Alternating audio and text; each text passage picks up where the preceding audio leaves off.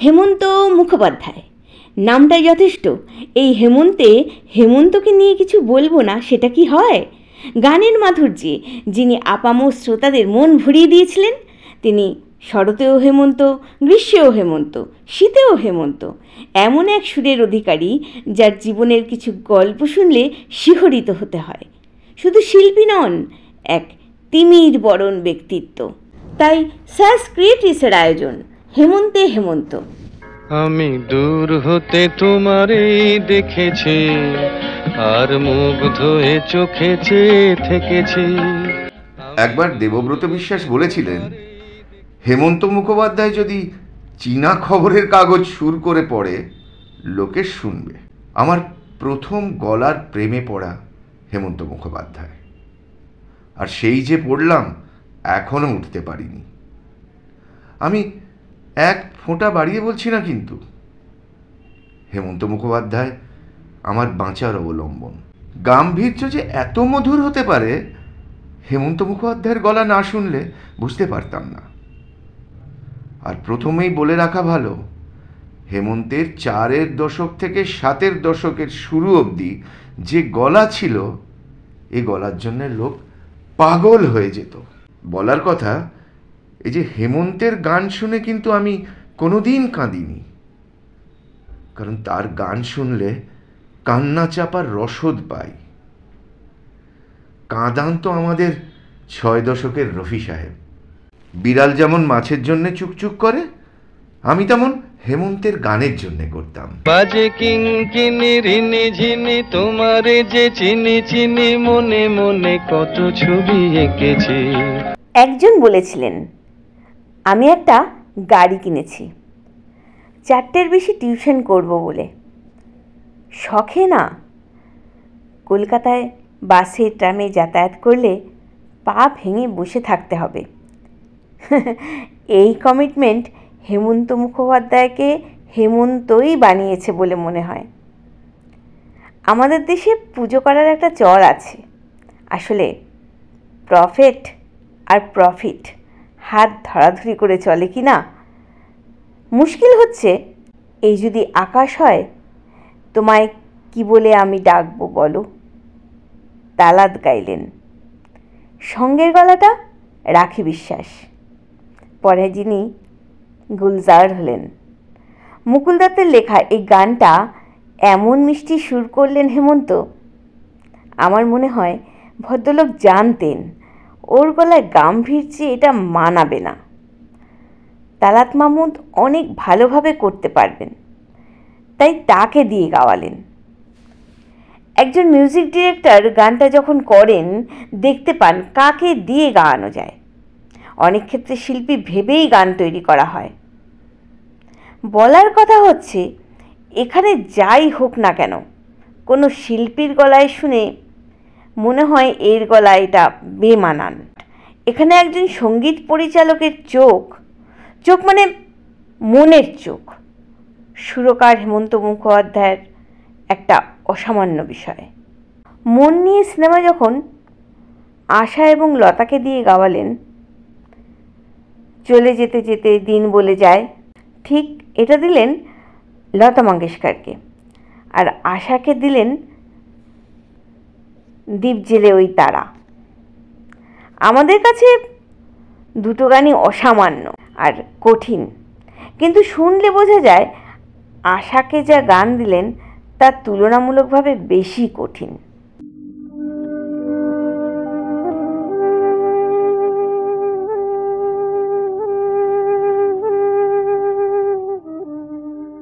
কিশোর কুমারকে দিয়ে গাওয়ালেন এই যে হেথায় কুঞ্জ ছায়ায়। কি রোম্যান্টিক সুর! সুর তৈরির ক্ষেত্রে কিন্তু হেমন্ত সহজ ও সাবলীল। সরল কথাটা ইচ্ছে করেই বললাম না। হেমন্ত আসলে নিজে বিশেষ কারিগরি চাইতেন না সুরে। বারবার শ্যামল মিত্রকে বলেছেন সোজা সুর দিতে ওর জন্যে। শোনা যায় নচিকেতা ঘোষ মালতী ভ্রমরে গাইতে হেমন্তকে ডাকলেন এবং হেমন্ত নাকচ করে দেন। কারণ পারবেন না এই ভয়ে, বলেন মানবকে খবর দিন। এবার নচিকেতা ঘোষ তো জহুরি, জোর করে ওনাকে দিয়েই গাওয়ালেন। আর কি গাইলেন হেমন্ত, বিশেষত ওই সঞ্চারীটা। কিশোর কুমারের জন্য করলেন, কেন রে তুই চড়লি ওরে বাবুদের জুড়ি গাড়িতে। এই সুরটা করতে চাননি হেমন্ত, রেকর্ড কোম্পানির জোড়াজুড়িতে করতে হলো। আর বাকি 3টে গান, চোখের জলের হয় না কোনো রং, তারপর ওই আমার পূজার ফুল, আর 3 নম্বরটা, সে যেন আমার পাশে আজও বসে আছে। এই 3টি সুরের চরিত্র কিন্তু প্রায় একই। হেমন্ত মুখোপাধ্যায় সিনেমা ছাড়া হালকা সুরের কাজ তেমন করতেন না।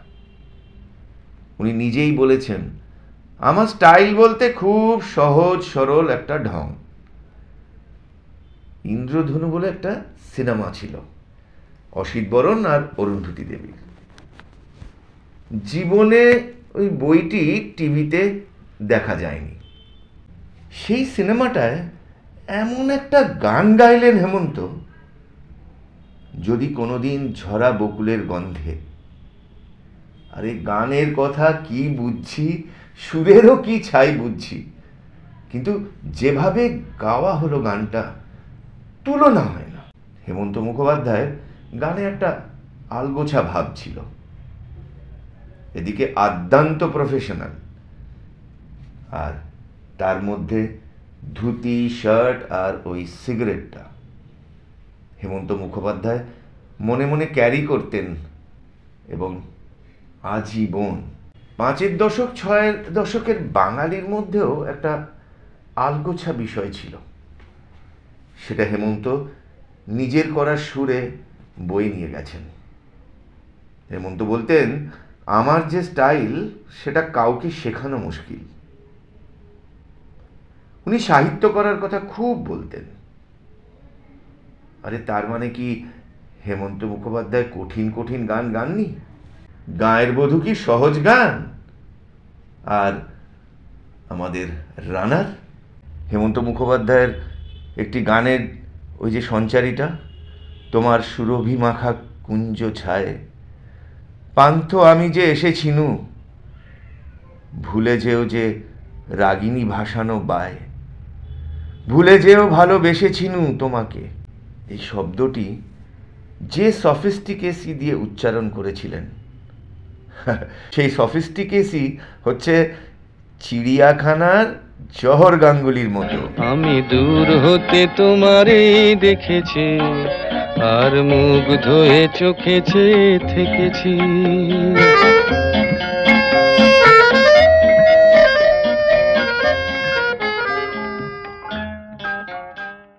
তবে এই প্রসঙ্গে একটা কথা মনে হলো, রবীন্দ্রনাথের গানকে জনপ্রিয় করার মূলে তো প্রথমে যদি পঙ্কজ মল্লিক থাকেন, দ্বিতীয় নামটি অবধারিত হেমন্ত মুখোপাধ্যায়। খেটে খাওয়া মুদির দোকান চালানো নিম্ন মধ্যবিত্তের ঘরে, গরিব স্কুল মাস্টারের ঘরে, মানে ঘরে ঘরে রবীন্দ্রসঙ্গীত।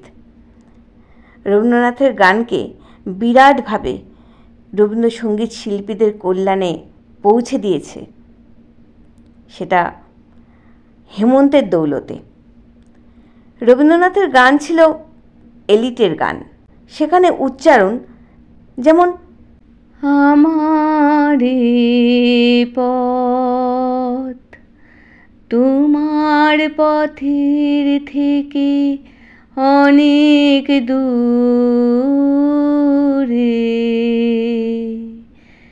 গেছে বেঁকে, গেছে বেঁকে আমারে পথ। এই যে বেকের চন্দ্রবিন্দু দুবার বেঁকে গাইলেন, ইনট্যাক্ট থাকলো কিন্তু। আর সঞ্চারী গাইছেন শ্রান্তি লাগে পায়ে পায়ে শ্রান্তি লাগে। এই শ্রান্তি শব্দটা কিন্তু নিখুঁত, কিন্তু কান ধরে শেখানো নয় যে এইভাবে গাইতে হয়, এরকম নয় বিষয়টা। যেমন আষাঢ় সন্ধ্যা ঘনিয়ে এলো, এই উচ্চারণ নিখুঁত, কিন্তু কোথাও জোর করে দেয়া নয়। আর এটা কিন্তু চর্চিত সফিস্টিকেসির ফলন।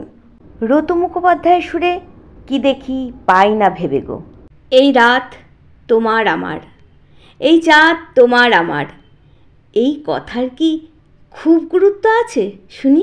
কিন্তু ওই যে সুর আর গায়কী, তার জন্য।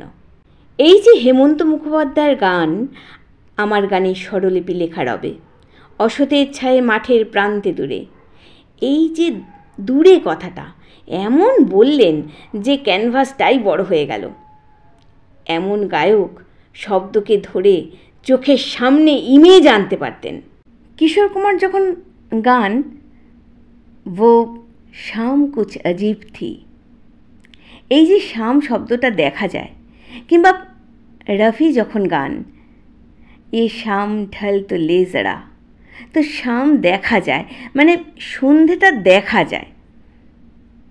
হেমন্ত মুখোপাধ্যায় যখন গান স্থলিত শিথিল কামনার ভার, বহিয়া বহিয়া ফিরি কত আর। হেমন্ত মুখোপাধ্যায়ের কামনার ভার বইতে হয়নি তেমন জীবনে। ভদ্রলোক বলতেন, আমার কোনো উচ্চাসা ছিল না, নাম ডাক হয়ে গেছে, ভালো লাগে বাস। হেমন্তের জীবন থেকে 5-এর দশকের গানের মধ্যেই ঝুরঝুর ঝরে গেছে কামনার ফুল। হেমন্ত মুখোপাধ্যায়, তাকে নিয়ে তেমন কোনো ব্যক্তিগত আক্ষেপ নেই, শুধু একটা আক্ষেপ ছাড়া, হেমন্তের সাথে সুদিন দাশগুপ্তের আরও গান আমরা পেলাম না। মুছে যাওয়া দিনগুলি আমায় যে পিছু ডাকে, স্মৃতি যেন আমার হৃদয়